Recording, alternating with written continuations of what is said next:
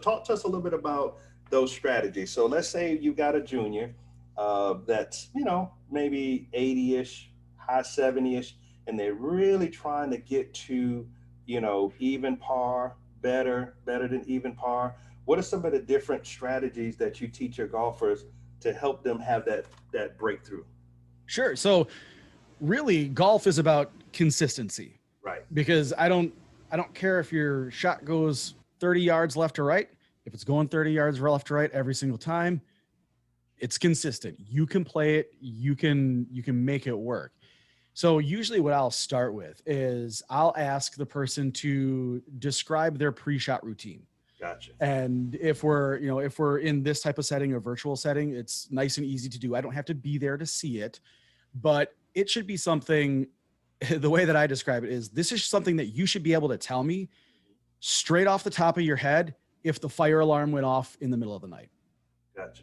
So that fire alarm goes off, you shoot up out of bed, what's going on? What's going on? If for some reason I'm standing at the foot of your bed and I say, hey, what's your pre-shot routine? You should be able to tell it to me.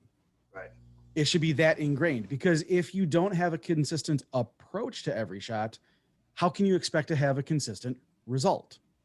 And so I find that's kind of the root of a lot of the issues is an inconsistent approach to that pre-shot routine, especially if we're at that, we'll dip under 80 a couple times, but boy, I would really like to see a red number at the end of that scorecard. Right.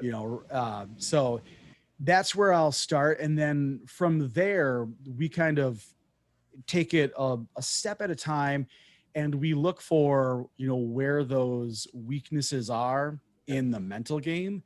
I have a process that I walk people through, and I'm happy to take everybody through it here today, Yeah. that I call the avenue to success. And I call it the avenue because you have to analyze, you have to visualize, and you have to execute on every single shot. And if you measure your success rate at all of those, you are going to start to see where that weakness is. So when we talk about analyzing, that's the base level thing that everybody learns pretty early on in golf. How far is it? Where's the wind? Is there something crazy that I need to be aware of? It's everything that you kind of notice walking up to the shot.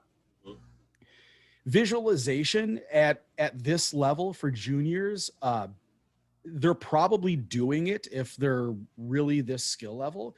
But if someone's in that kind of like, I'm, most of the time I'm 80, 82, on the good days, it'll be 78, 77. Yeah. A lot of times that's not consistent Okay. for people. Like the visualization falls off a lot of times. And when you pose that question, like if I were to ask someone, hey, how do you visualize your shot? They really kind of struggle to put parameters around it. And what I have found is the absolute easiest way to visualize a shot is just say what you want it to be out loud. Kind of speak it into existence. Exactly. And so if people are playing with me for the first time, somewhere within like the first couple holes, I'll probably make a joke that says, hey, if you hear me talking to myself, don't worry. It's part of my pre-shot process. It's my visualization. Right. Good. And I'll say, like, this is my start line.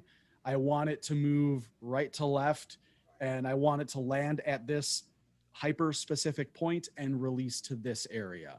Gotcha. So I kind of walk my ball through its entire journey that I want it to go on. So that's my visualization process. Right.